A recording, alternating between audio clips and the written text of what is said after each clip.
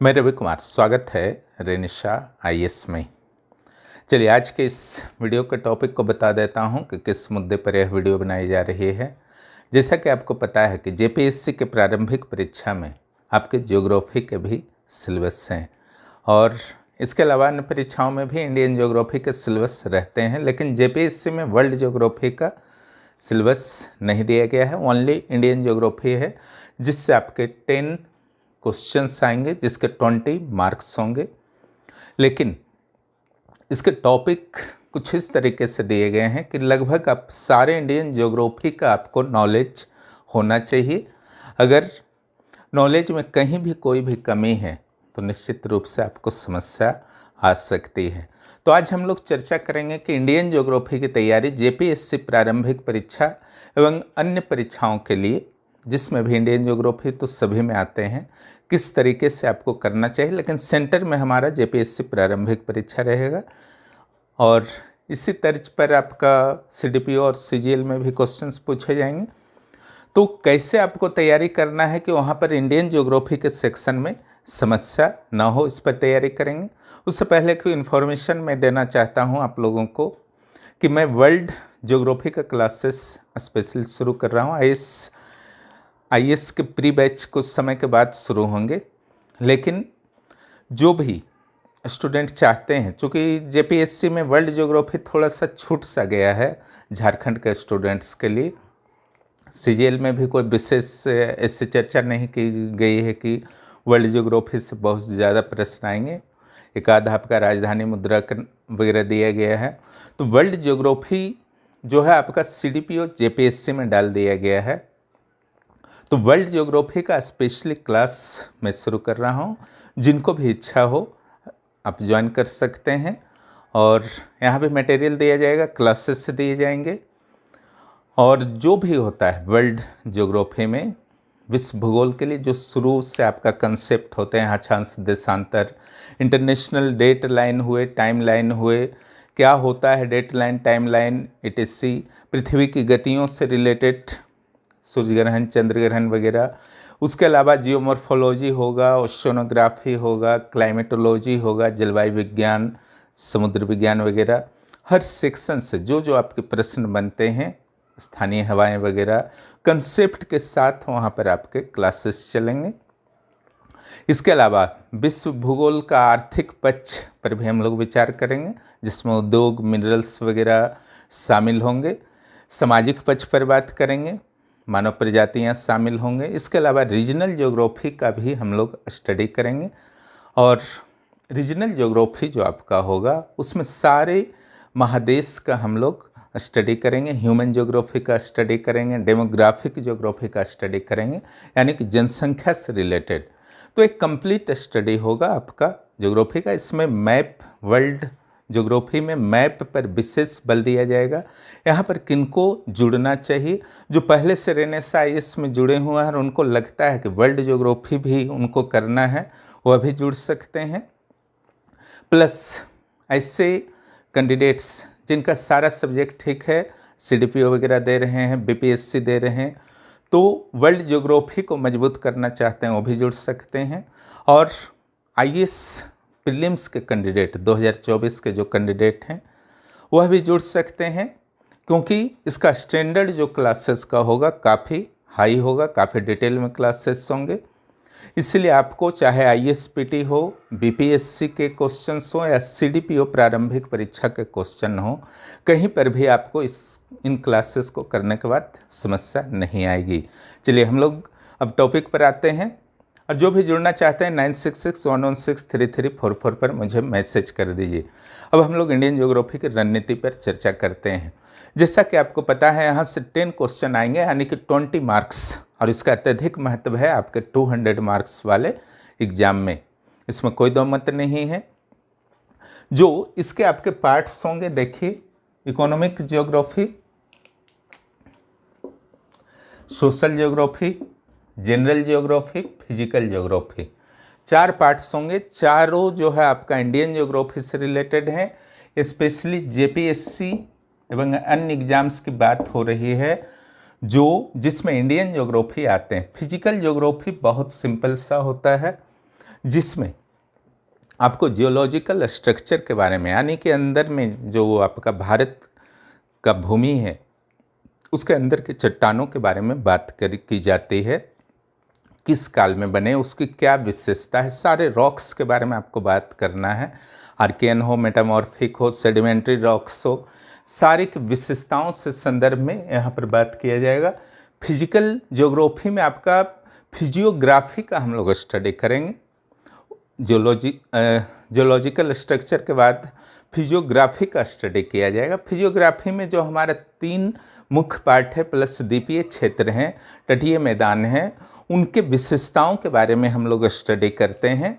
वहाँ पर बहुत सारे इम्पोर्टेंट क्वेश्चंस बनते हैं। वहाँ पर आपकी क्षमता होनी चाहिए कि हिमालय में हमको हिमालय का स्टडी कर रहे हैं तो वहाँ पर क्या क्या पढ़ना है।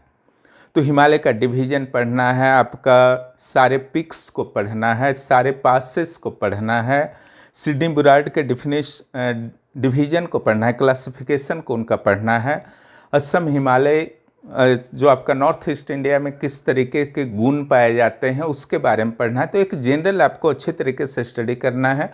उसी तरीके से मैदानी भाग और प्रायद्वीपीय भारत के भी एक जनरल स्टडीज आपको वहाँ पर करने हैं। इतना करने के बाद जो है आपको सॉइल के बारे में स्टडी करना है। भारत में जो मिट्टियों के प्रकार हैं, उनकी विशेषताएं हैं, उसका डिटेल आपको स्टडी करना होगा। रिवर्स, फॉरेस्ट इत्यादि भी आपको जनरल ज्योग्राफी में, फिजिकल ज्योग्राफी में स्टडी आपको करना होगा। हालांकि जनरल और फिजिकल ज्योग्राफी को डिवीज़न करना काफ़ी कठिन है, लेकिन फिर भी मैंने कर दिया है चूँकि आपके सिलेबस में दिया गया है। यहाँ से आपके जो 20 मार्क्स कंप्लीट रहेंगे, है ना। तो यहाँ से आपके जो है अगर रिवर करते हैं आप, तो रिवर्स का डिफिनेशन अच्छी तरीके से क्लियर होना चाहिए। उसका उद्गम कहाँ से होता है, वो कहाँ जा कर के ज्वाइन करती है ओशियंस को, उसकी सहायक नदियाँ, मुख्य नदियों के सहायक नदियों के बारे में जानकारी, उस पर बांध को साथ साथ में आप यहीं पर डैम्स को पढ़ सकते हैं, ठीक है। या फिर दूसरे देशों के साथ सीमा रेखा बनाने वाली नदियाँ, तो नॉर्थ में तो 3 प्रमुख नदी तंत्र हैं, साउथ में 3-4 प्रमुख नदी तंत्र हैं, ठीक है। साथ ही वेस्ट की ओर गिरने वाली नदियों के बारे में भी आपको जानना है। इसके अलावा झारखंड की नदियों के साथ भारत के नदियों का एक रिलेशनशिप भी आपका क्लियर होना चाहिए। इसके बाद ये समझ गए होंगे, फॉरेस्ट को भी आपको पढ़ना है। फॉरेस्ट के टाइप्स, वहाँ पर कौन कौन सी लकड़ियाँ मिलती हैं, फॉरेस्ट की क्या क्या विशेषताएं हैं, वहाँ के टेम्परेचर, ह्यूमिडिटी वगैरह क्या होते हैं, ये पूरी तरीके से आपको क्लियर होना चाहिए। यहाँ पर जो है जनरल ज्योग्राफी में मैंने जो रखा है इंट्रोडक्शन, भारत का एक परिचय जो आप पढ़ते हैं, भारत के बाउंड्रीज, भारत के स्टेट्स, एक स्टेट के चारों ओर कौन कौन से स्टेट्स हैं, सारे के कैपिटल, और हर स्टेट्स के बारे में एक सिंपल थोड़ी बहुत जानकारी, और भारत के बाउंड्रीज से कौन कौन से देश लगते हैं, भारत की कर्क रेखा किन किन राज्यों से गुजरती है, भारत के जो स्टेट्स हैं उनकी अंतर्राष्ट्रीय सीमा रेखा की कुल लंबाई कितनी है, उसका एक क्रोनो आपको होना चाहिए कि कौन कौन से स्टेट्स जो हैं किस किस देश के साथ सीमा रेखा बनाते हैं। इसके अलावा भारत जो है किन किन देशों के साथ कितना किलोमीटर सीमा रेखा बनाता है, यह भी क्लियर होना चाहिए आपको। और उसका क्रोनो में, हमेशा जो है क्रोनो में याद कीजिए, चाहे हिमालय की चोटियों का याद कर रहे हैं, पासेस का याद कर रहे हैं, कुछ भी, हमेशा एक उत्तर से दक्षिण, पूर्व से पश्चिम, या बड़ा से छोटा, छोटा से बड़ा, सारे लेक्स जो हैं, कुछ भी, तो सारा का एक आपका 2-4 का क्रोनो जरूर होना चाहिए। तो इंट्रोडक्शन में ही होगा। इसी में मैप को भी शामिल कर लिया है मैंने। मैप का एक सिंपल आपको स्टडी करना है हर पार्ट से। मैप चाहे आप कुछ भी पढ़ रहे हैं, इंडियन रेलवे जोन्स पढ़ रहे हों, या पोर्ट्स पढ़ रहे हों, या आप फिजिकल सेक्शन में वन बारे में पढ़ रहे हों, सॉइल के बारे में पढ़ रहे हैं, मैप का एक आपका सिंपल स्टडी होना चाहिए। इसका विशेष रूप से ध्यान रखेंगे, इसका काफ़ी लाभ जो है ज्योग्राफी में होता है। जितने भी आपके बायोस्फीयर रिजर्व्स हैं, वाइल्ड लाइफ सेंचुरीज हैं, इस सब आपका कंठस्थ होना चाहिए। जितने बड़े बड़े डैम्स हैं, इस सब आपको याद होना चाहिए। हो सके तो इस सब भी आपको मैप से कीजिएगा तो दिमाग में ज़्यादा अच्छी तरीके से सेट करेगा।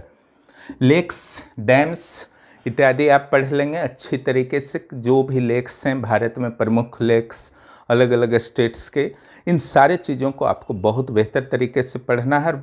एक आपका आत्मसात होना चाहिए, ऊपरी स्तर पर नहीं पढ़ना है, इसका ध्यान रखिएगा। आत्मसात कब होगा? जब अपना नोट्स होगा, है ना। बुक से कभी भी मत पढ़िए, और नोट्स जब बनाते हैं उसको याद कीजिए, फिर उसको लिखिए, बिना देखे लिखिए। प्रीलिम्स का भी एग्जाम का तैयारी कर रहे हैं, यही विधि अपनाइए, मुख्य परीक्षा में बहुत बैकअप देगा, समझ गए। इसके बावजूद अगर मटेरियल में किसी भी तरीके की दिक्कत होती है तैयारी में, रणनीति में, तो आप रेनेसा आईएएस को तैयारी के लिए ज्वाइन कर सकते हैं। वहाँ पर बुक्स पढ़ना नहीं पड़ेगा, डायरेक्ट क्लासेस कीजिए, वीकली टेस्ट दीजिए, है ना। मटेरियल आपको मिल जाएंगे एप्लीकेशन पर। यह आपका हुआ general. Social geography and demographic geography, ये आपका बहुत इम्पोर्टेंट पार्ट है, जिससे लोग परेशान हो जाते हैं कई कैंडिडेट्स कि आखिर इसमें क्या पढ़ना है। ठीक है, परेशान होने की नहीं ज़रूरत है। आज मैं समझा देता हूं कि इसमें आपको क्या पढ़ना है। इसमें अलग अलग भाषाओं के बारे में आपको पढ़ना है, भारत का अलग अलग धर्म के बारे में पढ़ना है, उसकी जनसंख्या से रिलेटेड डेमोग्राफिक भी है, कल्चर के बारे में भारत का पढ़ना है ना। इट मीन्स कि भारत के कहाँ पर कौन से पर्व मनाए जाते हैं, कौन सा वाद्य यंत्र है ना। इस तरीके से आपको सारा चीज़ यहाँ पर सोशल ज्योग्राफी में पढ़ना है, प्लस आपका जनजातियों के बारे में पढ़ना है। और फिर जो डेमोग्राफी का मीन्स होता है जनसंख्या। जनसंख्या क्या हुआ? यानी कि जनसंख्या घनत्व भारत का कितना है, सबसे अधिक सबसे कम वाला कम से कम 2-2 जरूर याद कर लीजिएगा। स्टेट के लिए 2-2, यूटी के लिए 2-2।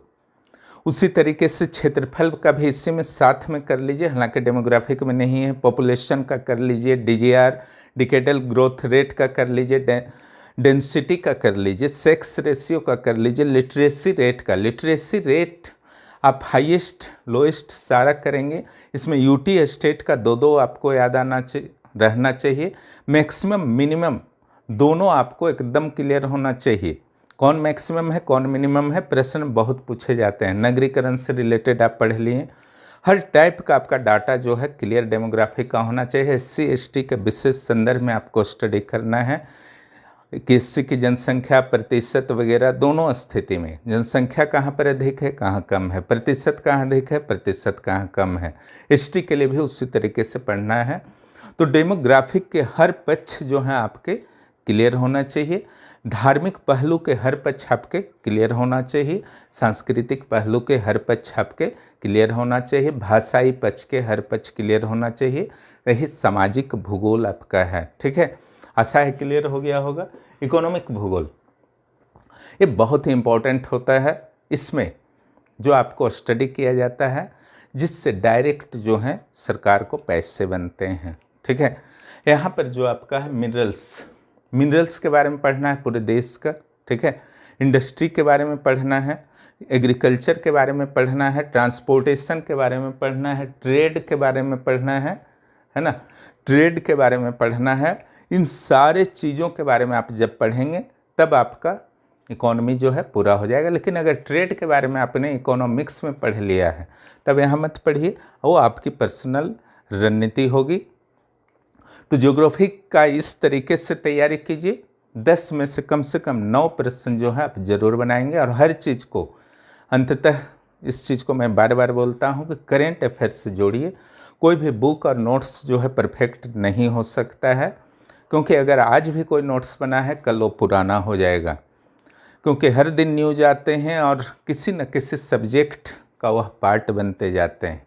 इसलिए करेंट अपडेट तब तक करते रहिए जब तक कि आपका एग्ज़ाम नहीं हो जाता है, फाइनल लिस्ट में नाम नहीं आ जाता है। जहाँ तक वैकेंसी की बात है तो निश्चित रूप से वैकेंसी के बारे में कुछ विशेष सूचना इधर कई दिनों से नहीं मिल पा रही है। जो लेटेस्ट सूचना थी पूर्व में कि कुछ उपायुक्त महोदयों को भेजा गया था लेटर्स आयोग के द्वारा कि आयोजन करना है सिविल सेवा का, 11वीं सिविल सेवा का, वही आपका लेटेस्ट अपडेट था। उसके बाद कुछ नहीं था। उसको सही मानते हैं तो तैयारी कीजिए, नहीं सही मानते हैं तो डाइवर्ट हो जाइए, वो आपके हाथ में है। ठीक है। लेकिन सिलेबस इसका पहाड़ की तरह है, फिनिश कर लीजिए, उसमें बुद्धिमानी है। क्योंकि नोटिफिकेशन आने के बाद जो फ्रेशर कैंडिडेट हैं वो तैयारी करेंगे तो उनका नहीं निकल पाएगा। नोटिफिकेशन आने से पहले जो फ्रेशर कैंडिडेट हैं पूरी तरीके से तन मन धन लगाकर स्टडी कीजिए, ताकि ज़्यादा से ज़्यादा सिलेबस पार्ट जो है नोटिफिकेशन आने के दिन आपका फिनिश रहे। और जो भी वर्ल्ड ज्योग्राफी वगैरह करना चाहते हैं, आप क्लासेस को ज्वाइन करना चाहते हैं, इसके अलावा JSSC CGL पेपर 3 के क्लासेस चल रहे हैं लास्ट रिवीजन की तरह, और JPSC PT और मेंस के भी चल रहे हैं, और CDPO प्रारंभिक परीक्षा के चल रहे हैं। उसे आप जब चाहें ज्वाइन कर सकते हैं। खुद जब भी स्टडी करेंगे तो मौलिक नोट्स पर, मौलिक पुस्तकों पर ही भरोसा करेंगे, ठीक है। गलत नोट्स, गलत गाइडेंस में कभी भी मत रहिएगा। आपका करियर का एक महत्वपूर्ण साल बर्बाद हो जाएगा। करियर किसी का नहीं बर्बाद होता है, इस सब नेगेटिविटी नहीं लाना है। क्योंकि झारखंड में भी बेरोजगारी दर आपका कितना है, 7-8% है। बेरोजगार कोई नहीं रहता है। भगवान ने पेट दिया है तो अर्न तो करना ही होगा, लेकिन आप में जो योग्यता है, आपने जो मेहनत किया है अपने जीवन में स्टडी के प्रति या किसी भी चीज़ के प्रति, उसके अनुसार आपको सर्विस मिलना चाहिए, ठीक है, ताकि आप अल्प बेरोजगारी की स्थिति में नहीं रहें।